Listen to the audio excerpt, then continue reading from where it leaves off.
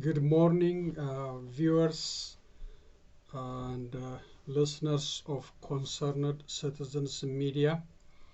Welcome back and nice to have you here. I appreciate sharing news with you. I'm happy to come back after a while. First, I want to comment on this week big issue, which is the day of Oromo Liberation Front, or WBO's Day. It was celebrated around the globe with decorative Oromo Liberation Front flags and clothing made of this coloring. So this day was commemorated to remember the sacrifices Oromo freedom fighters paid for our freedom, for our unity, for our strength, and to see how the struggle can be strengthened in the future. So it was very important day to recognize the sacrifices they paid and especially it is historical. It was historical for that sacrifice is historical for the unity of Christian and Muslim Oromos, and I don't want to go to detail, you may know it.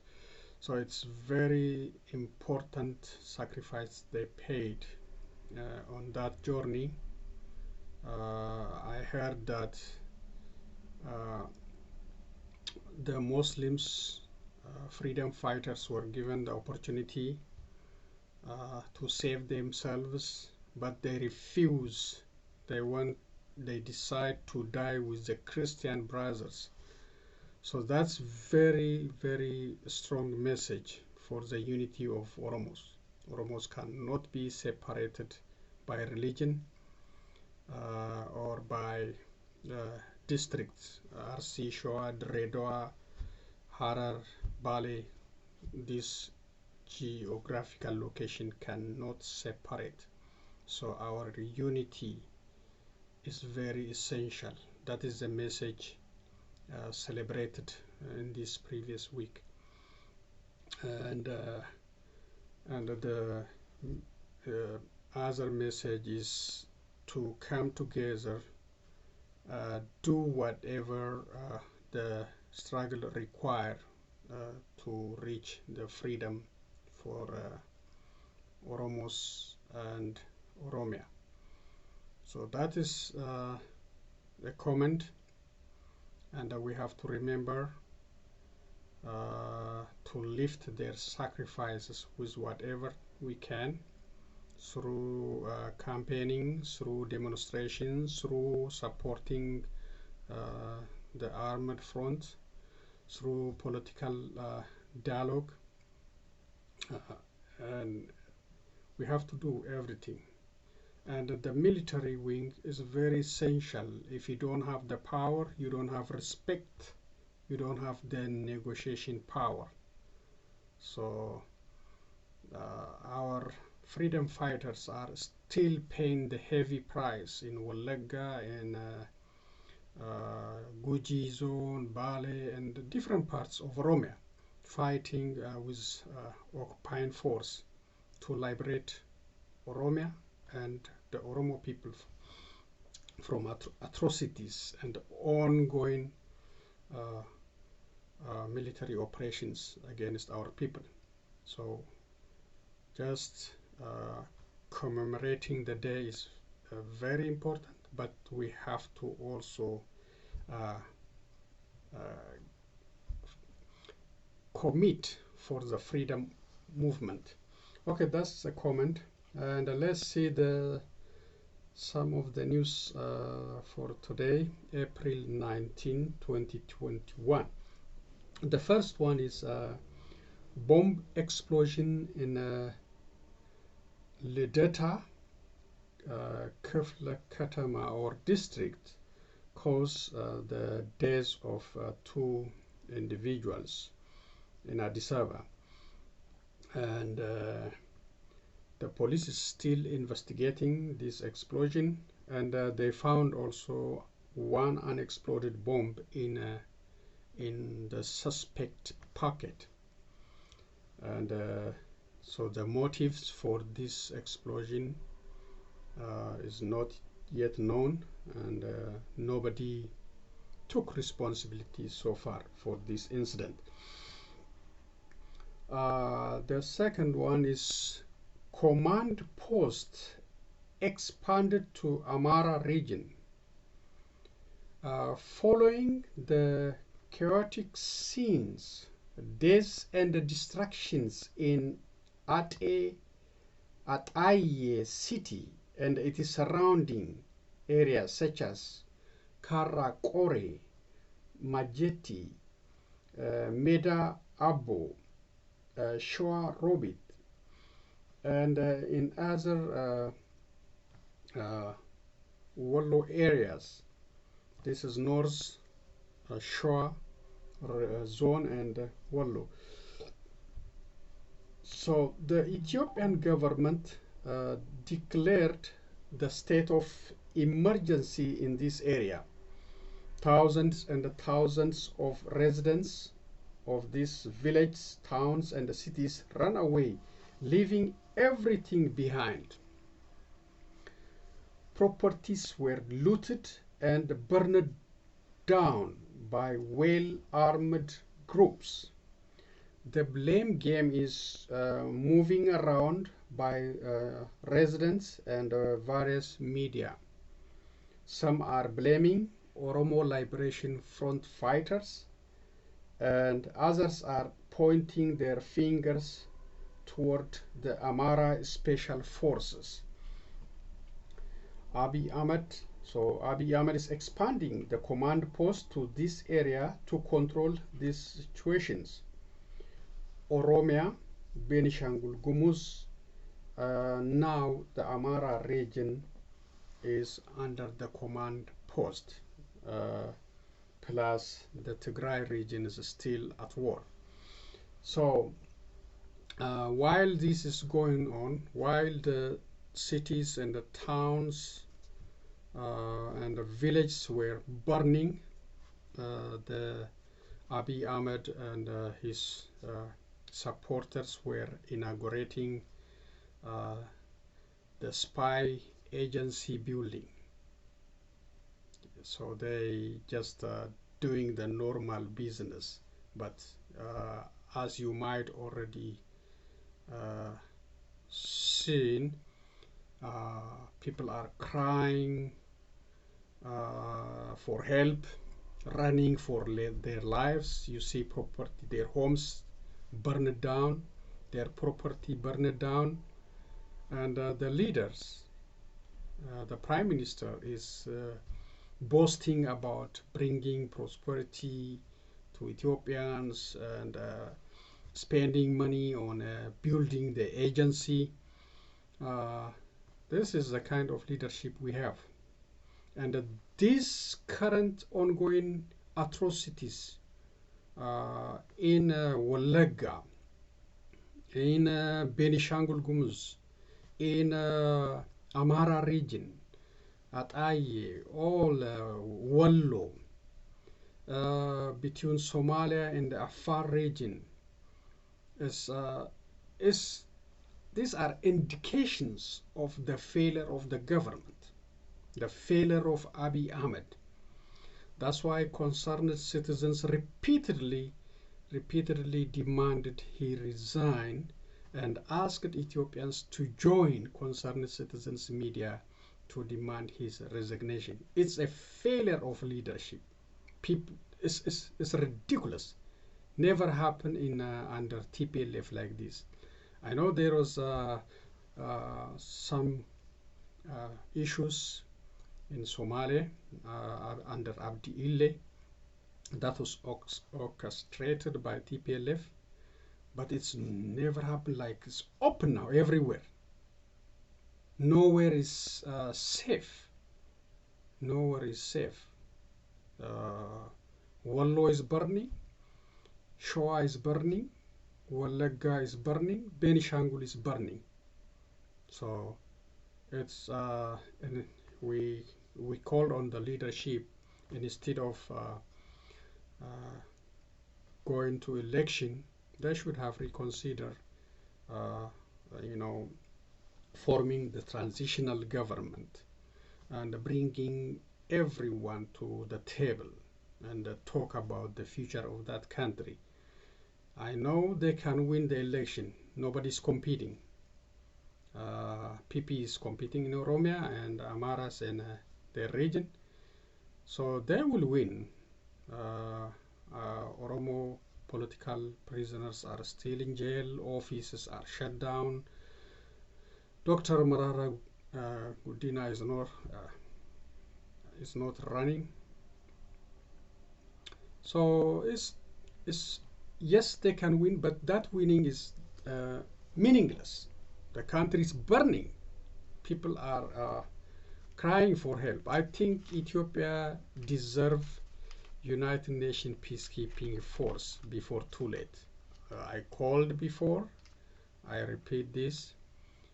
We need to address it to the United Nations, to the United States.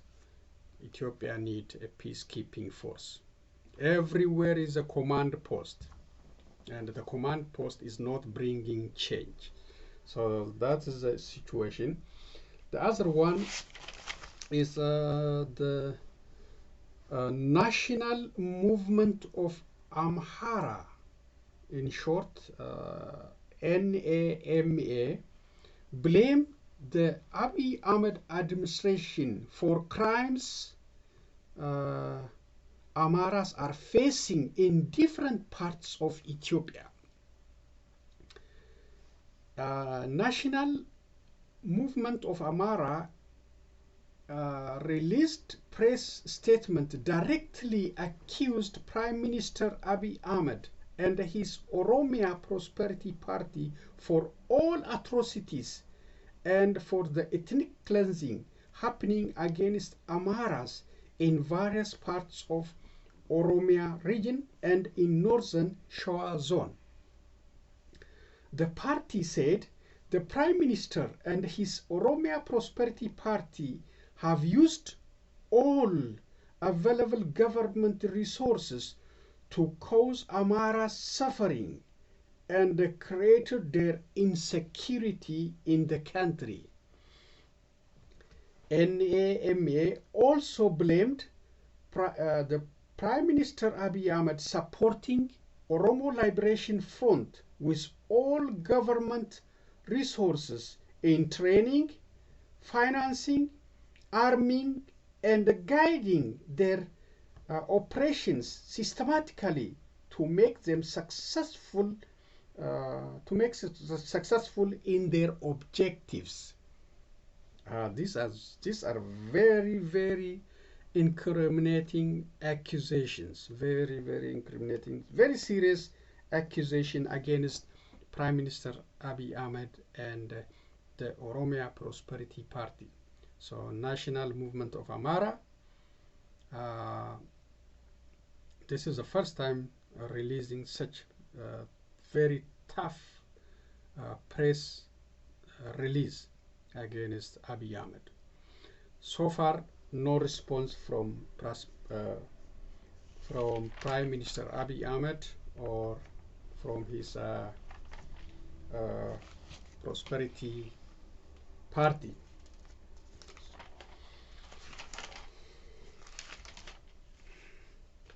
And the other one is Addis Ababa University today protested against ongoing atrocities in against Amharas, not against Ethiopians, just against Amharas. So they refused to eat the food, and they demonstrated, I think, for a short while, maybe cracked down by security forces, but they did refuse to eat, and demonstrated with their hands crossed like arrows. So yes, is a is very good start to bring change, but if you speak only one for one ethnicity, that will not take you anywhere. Usually higher institutions speak for bigger picture, for Ethiopia, for ongoing atrocities. It's not only Amhara. Oromos are dying. Oromos are losing their properties. Properties are burning, looting going on. All kind of crime is going on against Oromos too. So selective approach will not take us anywhere if we are not coming together. Speak with one voice, we will not go anywhere. So that's the issue. And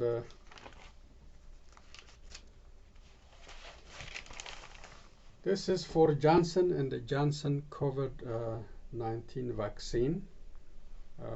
For what you should do if you have received the Johnson and the Johnson coronavirus vaccine. Federal health officials warned doctors and the patient on Tuesday to watch for symptoms that could indicate an extremely rare but serious form of blood clot in the brain suffered by 6 women who received Johnson and Johnson's coronavirus vaccine. So, what should you look for if you are one of the more than 7 million people who have received the company's 1-dose vaccine or are scheduled to receive it soon?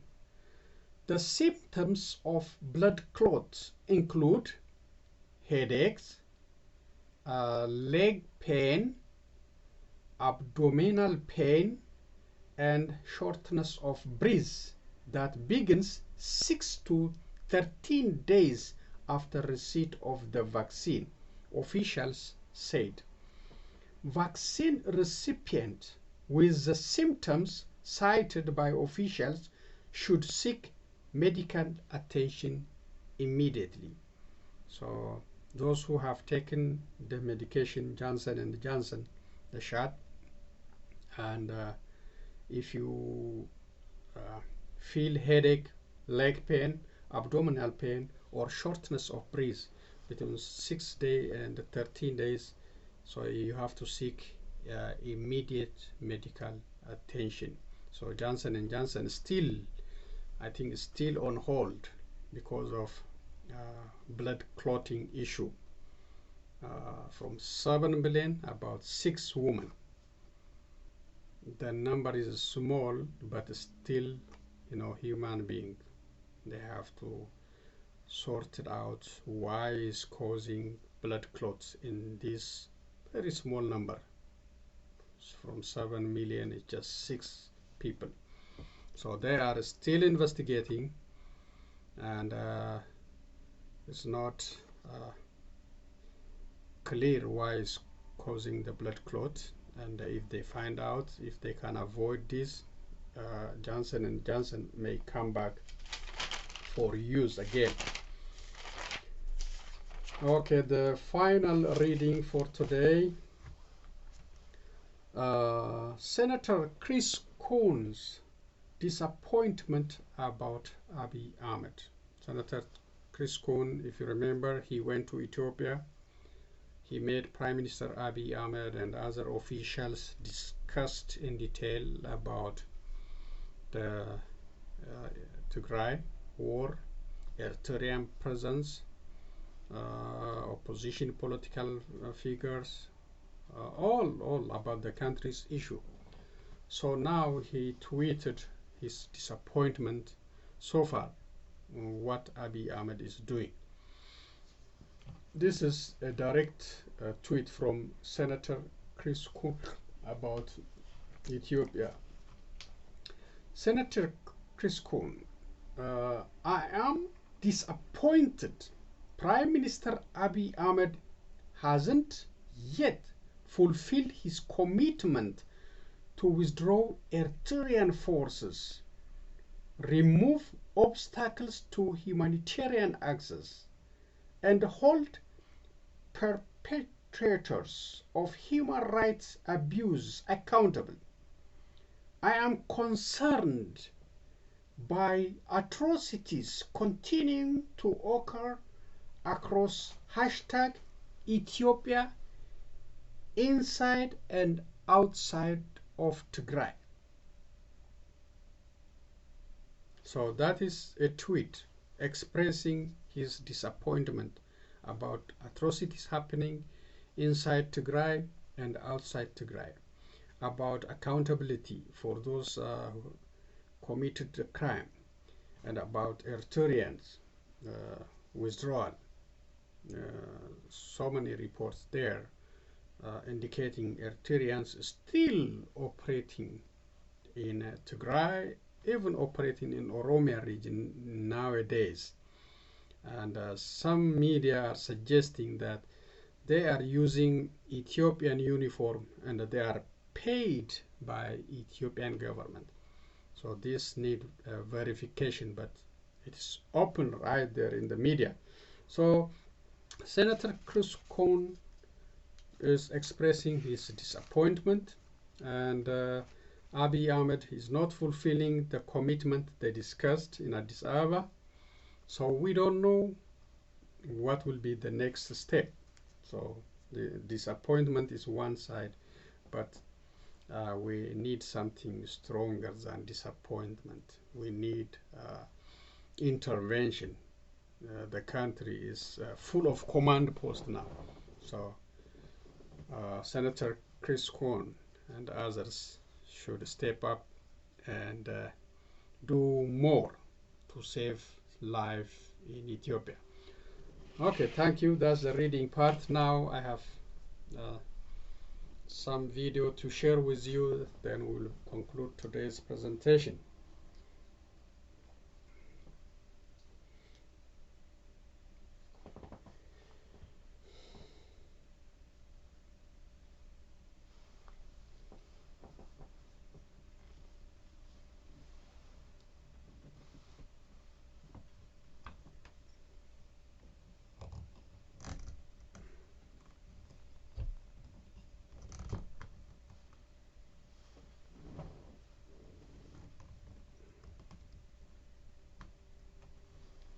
Okay, here we go.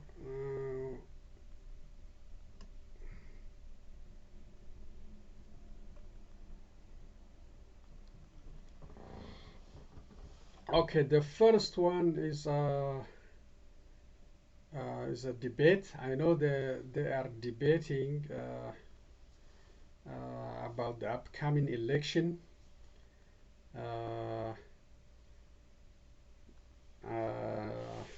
This guy Andolam, I think Andolam Arage, and versus Sadiq Abraha. Sadiq Abraha is from Abiy Ahmed Party, Prosperity Party. He lied a lot about the presence of Eritrean soldiers. He lied about the control of the Tigray region by Ethiopian forces. He said everywhere is controlled, every inch is controlled by Ethiopian forces, but all these lies, he never apologized for those lies. Still war is going on, big war in many fronts, and it will not be end. It is an open-ended war. But anyway, this is in Amharic, and I will just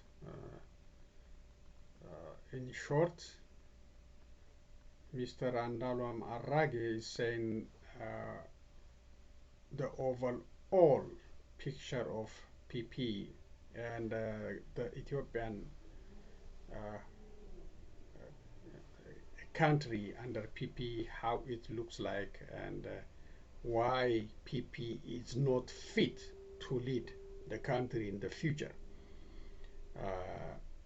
He's saying, you will listen to, maybe it's in Amharic, but he is saying no justice, attorney generals, the court, all their, they are not operating in a legal way, and Abiy is, is running the show without any challenge. He got created all yes men, and Mr. Andalu Arrage is asking, for the vote to lead the country in the future. Let's listen. It's in Amharic. Oh no! Come on! No! Come. Yes, I will show you a little bit. ልንነግራቸው ይገባል። ብዙ ጊዜ የታሪክ ሽሚያ ውስጥ መግባት አንፈልግም። ታጋይ ስለ ራሱ አይናገርም። ታጋይ የታሪክ ሽሚያ ውስጥ አይገባም፣ ግን ታሪክን ይሰራል። ግን ስለ ደጋገሙት ዛሬ ሊነገራቸው ይገባል። እኛንን ታግለን ያስፈታናችሁ፣ እኛንን ታስረን ያስፈታናችሁ። የኔ አባባል አይደለም። ጠቅላይ ሚኒስትሩ ሰኔ 16 ላይ ሲናገሩ ታስራችሁ ስላስፈታችሁን እናመሰግናለን ያሉት። ጠቅላይ ሚኒስትሩ በተደጋጋሚ ይቅርታ ጠይቀዋል። ጥሩ ነገር ነው። ይሄንን መቀበል ሲገባችሁ እናንተ ነፃ አውጪ ሆናችሁ ስትቀርቡ እናንተን ችግር ውስጥ ይከታችኋል። የኢትዮጵያ ሕዝብ ሰፊ ልብ ያለው ሕዝብ ነው። የትናንት ስህተታችሁን አቶ ዛዲግን ሳይ ትዝ የሚለኝ ጊዜ አለ። Are you doing enough to protect your clients' future Medicare benefits? Have you adequately considered Medicare's interest with respect to past? በአሸባሪነት ተደጋጋሚ ክስ ስከሰስ ብዙ ነገር ሲባልብኝ ከፊት የማያቸው አቶ ዛዲግን አንዱ ነበሩ። ዛሬ ደግሞ ስለ ነፃ አውጪነት ሊነግሩን ይፈልጋሉ። ይሄ ተገቢ አይደለም። ስላለፉት 60 ዓመታት አውርታችኋል። ካለፉት 60 ዓመታት ውስጥ 30 ዓመታት እናንተ የነበራችሁበት ነው። ለማን ልተውት ነው? መልከ ጥፉን በስም ይደግፉ እንደሚባል ትናንት ልማታዊ መንግስት እያላችሁ ህዝብን ስታማልሉ ቆያችሁ። ዛሬ ብልጽግና ብላችሁ መሻወድ አይቻልም። ትናንትም ነበራችሁበት፣ ዛሬም ነበራችሁበት። ሩዋማ እንዳላችሁ ባለፉት 3 ዓመታት ፓርላማው ምን ለውጥ አለው? የትኛውን ዜጋ መብት አስከበራችሁ? ከዚህ በላይ ዜጋ ክብሩ እንዴት ሊዋረድ ይችላል? የትኛው መንግስት ይውረድለት ይድረስለት? የመንግስት እኮ ትልቁ ኃላፊነት የዜጎችን ሉዓላዊ መብት ማስከበር፣ በህይወት የመኖር መብታቸውን ማስከበር እኮ ነው። ትልቁን መብቱን ማስከበር አልቻለም። ዛሬ ምን ሞራል ኑሯችሁ ነው እናንተ እንደገና ህዝብ ፊት ቆማችሁ ምረጡን የምትሉት? የትኛው ዜጋ እንዳያምናችሁ ነው የምትፈልጉት? ከየትኛው ሞቱ፣ ከየትኛው ድህነቱ፣ ከየትኛው መፈናቀሉ ስላዳናችሁት ነው ዛሬ እናንተ እንደገና ምረጡ ይብላችሁ በየትኛው ሞራል ነው የምትቀርቡት? ስለዚህ ባታናግሩን ጥሩ ነው። የታሪክ ሽሚያውን ተውት። ታሪክ ራሱን ወደፊት ታሪክ ይዘግበዋል። የእናንተም ታሪክ በፈርጁ ይቀመጣል። ስለዚህ እኛ የረገጣችሁትን ለይቅርታ የዘረጋነውን እጃችንን እንደገና አትርገጡት። እኛ ያለፈ ታሪክ ማንሳት አያስፈልግም። በአዲስ ምዕራፍ እንጀምር ብለን ሁሉን ነገር ተን ይቅር ብለናል እኛ ቢያንስ። እናንተ ግን እንደገና ታሪክና ታሪክ ሰሪዎች ሆናችሁ አትቅረቡ። ምናልባት እዚህ ላይ አጽንኦት መስጠት ወደ ኋላ ተመልሼ የምፈልገው የዳኝነትና የአቃቤ ሕግ ጉዳይን በሚመለከት ነው። አቃቤ ሕግ ተጠሪነቱ ለአስፈጻሚው ነው። አቃቤ ሕግ አልከስም ካለ አንድ ዜጋ ወይንም ቡድን የትም ሄዶ መክሰስ አይቻልም። አቃቤ ሕግም ሆነ ዳኝነት በዋናነት ያስፈጻሚው አካል ውክልና ያላቸው ሰዎች ናቸው። ዳኝነት በልምድ በብቃት እና በእውቀት ሊሆን ሲገባው ካድሬዎች በኮታ በብሔር ተዋጽኦ ነው የሚመደቡት። ዳኝነት መቀለጃ ሆኗል። ኢትዮጵያ ፍጹም እንደሞተች የሚያስቆጥራት በዚህ ባለፈው 30 ዓመት ባለፈው 3 ዓመት አንዱ ነገር ፍርድ ቤቶች ነው።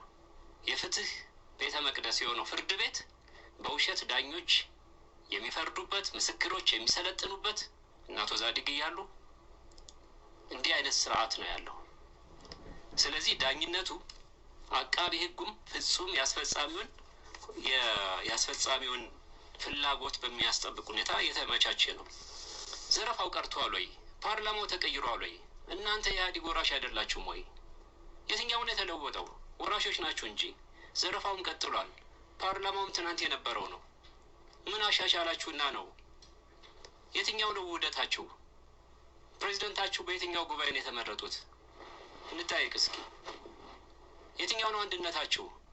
ኢህአዴግማ የኢትዮጵያ መርገምት ነው። ያ መርገምት ትግራይ ውስጥ ምን አይነት ዋጋ እንዳስከፈለ እናውቃለን። ዛሬ በብልጽግና በኦሮሞ ብልጽግናና በአማራ ብልጽግና መካከል ያለው ውጥረት ምን ያህል እንደሆነ እናውቃለን። የቱ ነው ውህደታችሁ? ምን አይነት ውጥረት ነው ያላችሁት? መወሻሸት አያስፈልግም አትሊስት። ስለዚህ ፍርድ ቤቶች ነጻ አይደሉም። አቃቤ ህግ ነጻ አይደለም። ዜጎች ሄደው የፈለጉበት ቦታ መክሰስ ቢፈልጉ የሚከሱበት ሁኔታ የለም። ነጻ ፍርድ የለም። እኛ የፍትህ ስርዓቱ ስላለመግባት ስለምንፈልግ ነው እንጂ ባሉት የህግ ሂደቶች ላይ እንኳን ብዙ ማንሳት እንችል ነበር። ነገር ግን ለዳኝነት ነጻነት ስንል የበኩላችን አስተዋጽኦ ለማድረግ ነው። ማን ነው በዚህ ሀገር የማይፈራው? ማን ነው? 2 ደቂቃ ቀርቶታል። ያጠቃለሉ። አመሰግናለሁ። ማን ነው በዚህ ሀገር የማይፈራው? ማን ነው ችግር ውስጥ የሌለው? ከፍርሃት ገላገላችሁን እንዴ? ፍርሃት አነገታችሁብን እንጂ። ኦሮሚያ ውስጥ ቅድም ብያለሁ፣ መግባት ይቻላል እንዴ? መግባት ይቻላል እንዴ? ህጻናት ልጆቻቸውን ትተው ዜጎች በግፍ የሚገደሉበት ሀገር አይደል እንዴ? የፖሊስ መዋቅሩ ተሽቀዳድሞ ሟቾችን ለመወንጀል የሚሮጥበት ሀገር አይደል እንዴ? አጣርቶ ገዳዮችን አቀረበልን እንዴ? በፍርሃት ተሸብቦ የሚኖር ማህበረሰብ ጥላችኋል።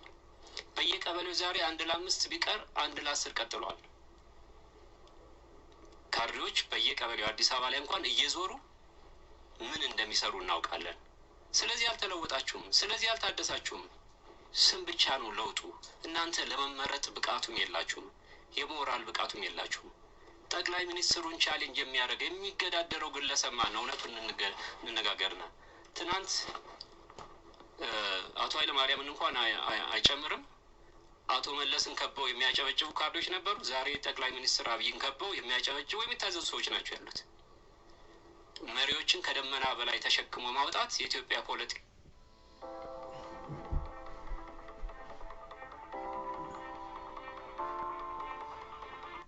ባህል ያገዛዝ ባህል ነው።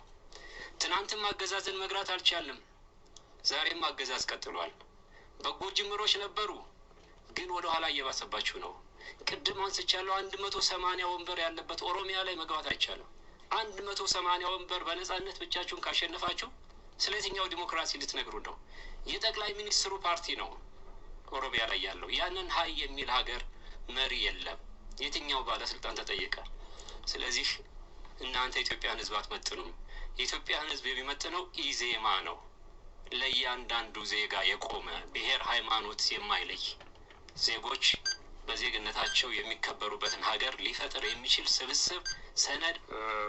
በድጋሚ መላ ሀገራችን ህዝብ እንኳን ለስድስተኛው ሀገራዊ ምርጫ። Okay, you know, I hope you understand the American, my viewers and the listeners. He is, you know, saying a lot of realities about Prosperity Party, the party which is led by Prime Minister Abiy Ahmed. And this guy, Sadiq Abraha, as I said, represents Prosperity Party. He is from the liars group. They lie a lot. He lied about the Eritrean soldiers. He said no Eritrean soldiers present in Tigray war. He also lied about Ethiopia military force controlling every corner of Tigray. So these people, they lie. They don't have credibility, including the prime minister. No credibility at all. But as Andalam Arage said, they will win because they eliminated the opposition. He said 180 seats in Oromia with no competition. Only Oromo or Oromia Prosperity Party will run in Oromia, which is led by Prime Minister Abiy Ahmed. No OFECO, no OLF, no other Oromo parties. So this is not democracy, he said. This is real. So he is telling us everything. Mostly we know about Ethiopia, about the justice system, about the unfairness of the Attorney General, and so he is calling on Ethiopians to vote for his party, which is the party name is Izema in Amharic, but in English is Ethiopian Citizens for Social Justice. Ethiopian Citizens for Social Justice. In Amharic, Izema. He say Izema is more inclusive, more democratic, and fit to lead the country in the future. That's his from his claim. He said Prosperity Party is divisive, full of infighting, and undemocratic. Is a one-man show, and unfit to lead the country in the future.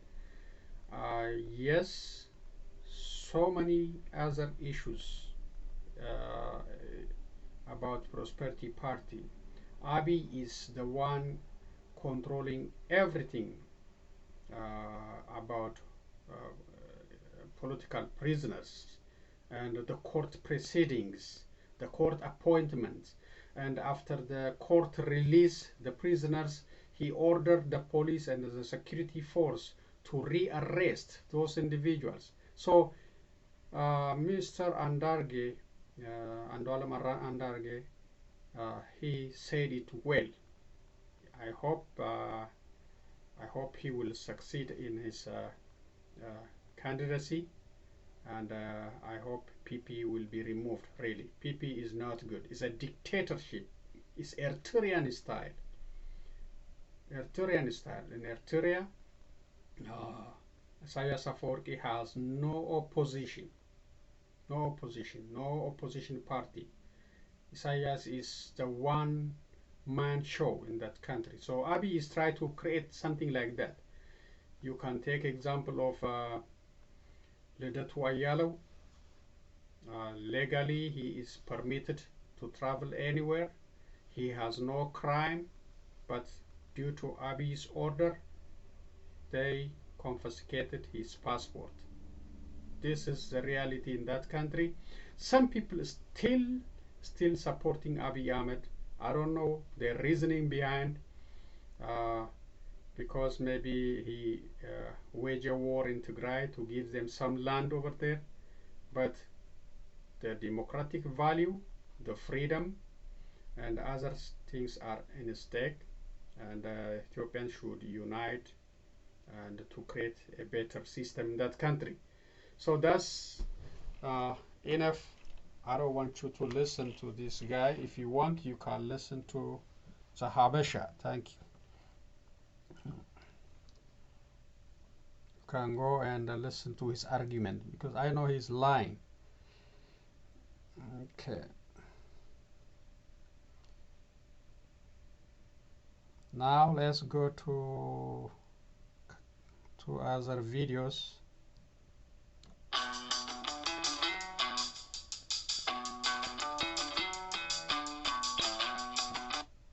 The U.S. President States called for dialogue with the Kremlin after signing off on new sanctions against Russia. The broad sanctions are to punish Russia for interfering in last year's US election and orchestrating cyber attacks and other hostile acts.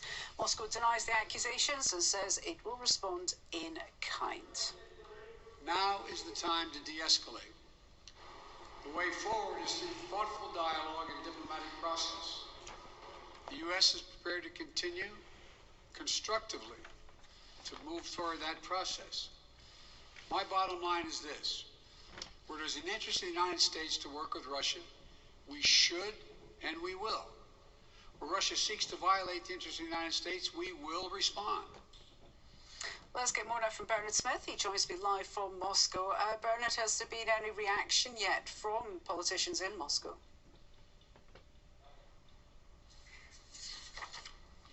We're expecting later today to hear from the Kremlin's spokesman in his daily press briefing, and Sergei Lavrov, Russia's foreign minister, is having a press conference with his Serbian counterpart later on Friday, where we may well hear more. Russia hasn't said explicitly what it's going to do yet in response to the US sanctions, but almost certainly we know that the US is going to expel 10 Russian diplomats. Well, almost certainly Russia will, at the very minimum, reciprocate with that. There is a long list, of course, of American complaints against Russia, from allegations of interference in presidential elections, cyber hacking, the jailing of opposition politician as Alexei Navalny, the occupation of Crimea, and a host of other what the Americans call malign acts. Russia denies taking any part in all of this, and the first response we had was from the Foreign Ministry spokeswoman Maria Zakharova,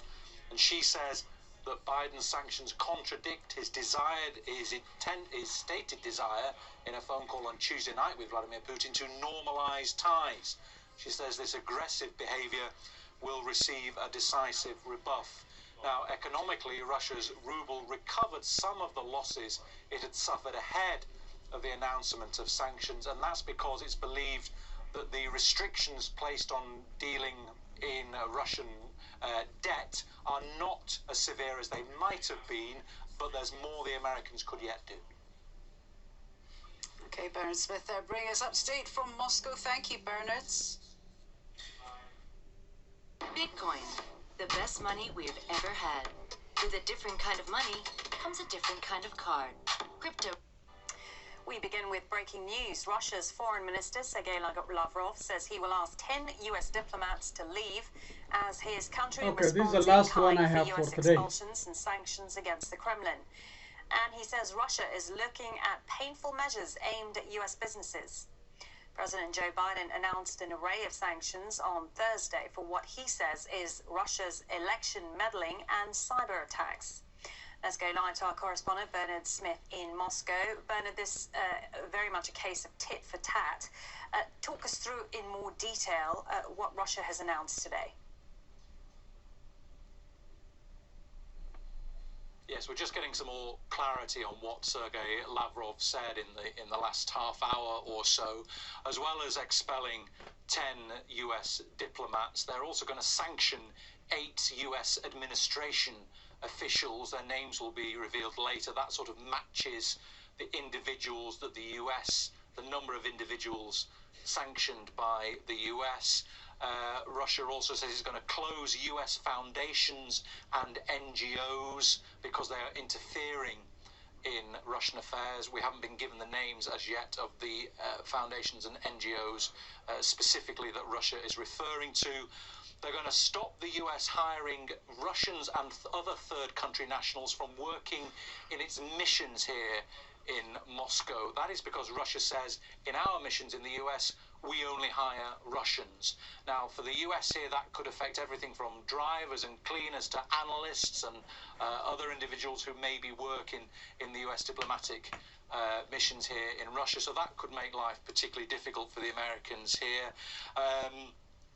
And they've also threatened to go a bit further. Lavrov said that there are 450 people working in the US missions in Russia and 450 Russians in the US. But 150 of those, Lavrov says, work in the UN mission. So he said, if the US goes further in sanctions against Russia, we will ask the US to take another 150 people out. And lastly, he suggested, Lavrov suggested, that the US ambassador here, John Sullivan, should go back to the US for consultations. This is not expelling the US ambassador, but it's suggesting he go back to the US to discuss with his superiors what's happening. That is because Lavrov says their ambassador to Washington, D.C. is currently here in Moscow. Okay, many thanks for that, Bernard Smith, talking to us there in Moscow. Okay, thank you, Al Jazeera, for that reporting. And this deteriorating relationship between United States and Russia, plus United States, China, is not a good sign for the causes we push in Ethiopia. It's gonna make it tough. It's already tough. We saw it in Tigray issue in the United Nations. So I don't think nothing can be approved under UN mission or under United Nations Security Council, because Russia and China are the veto power holders. They already showed their power in Tigray crisis discussion. So further sanction by the United States and a counter sanction by Russia. So you know, this will mess up everything. There is no way they can come to normalize relationship in such a situation. To normalize the situation, they should have, I don't know, they should have preferred to avoid sanctioning each other, expelling diplomats from each other's country. US expelled 10, Russia counter expelled 10 Americans. So they call it tick for tack, something like that. And it's gonna be bad for our push in the United Nations. I don't think nothing can happen in Ethiopia on Abiy Ahmed. Whether you call for UN peacekeeping force, whether you call for UN sanctions, whether even to discuss some matters in the under Security Council, as long as the relationship is going bad like this through sanctions. So the only hope is if the United States acts alone, or the United States convince the European Union to act together against Abiy Ahmed conduct and atrocities happening in Ethiopia. That's the only way to save lives in Ethiopia. So I gave up the United Nations unless this relationship improves. So that's all I have for today. Thank you again for sharing your time with Concerned Citizens Media. Share the video, comment on the video, like it, and be strong on supporting the cause of freedom, justice in Ethiopia, and do your part to end the crisis in that country. The bloodshed is spreading. It's ridiculous. It's very painful, really, very painful. Agonizing cries coming out of Ethiopia every day. What you hear: death, destruction, looting, burning of properties by Amhara special forces, by Amhara administrative administrators, by federal forces, by the army. So, you know, this thing is endless. Abiy created endless war. I hope he will resign, Ethiopian people should demand his resignation.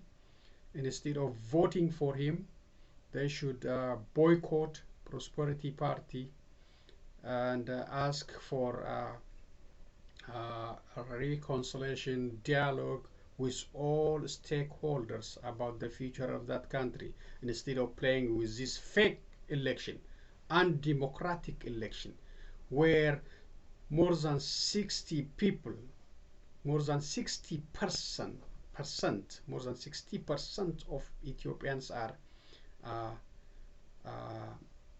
isolated. They are not participating, the Oromos, and the leaders are in jail. The people are in the command post. So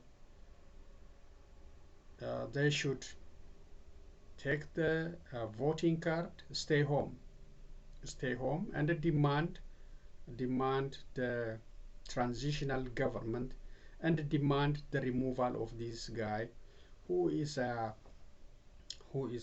you know, avoiding bad things artificially. And you know, when people are dying, when people are suffering, where their homes are burning, he just go out inaugurating the building or planting a tree. This is fake. This is not a natural way of dealing with it. When your people are suffering, you suffer with the people. When the people are happy, you will be happy with the people. But he is acting in contrary to nature. He is from a different world.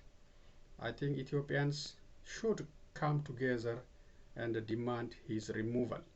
So happy world, and a happy World Wobo Day, or Oromo Liberation Front Day. Please stand with them. They are fighting. They have been fighting for the freedom of Oromos, and be with them with whatever you can, through donation, through campaigning, through demonstration. If you don't have the force, you don't have the negotiation power, you don't have the respect. So that's the closing argument. See you next time. Ramadan Kareem again. So long, everyone.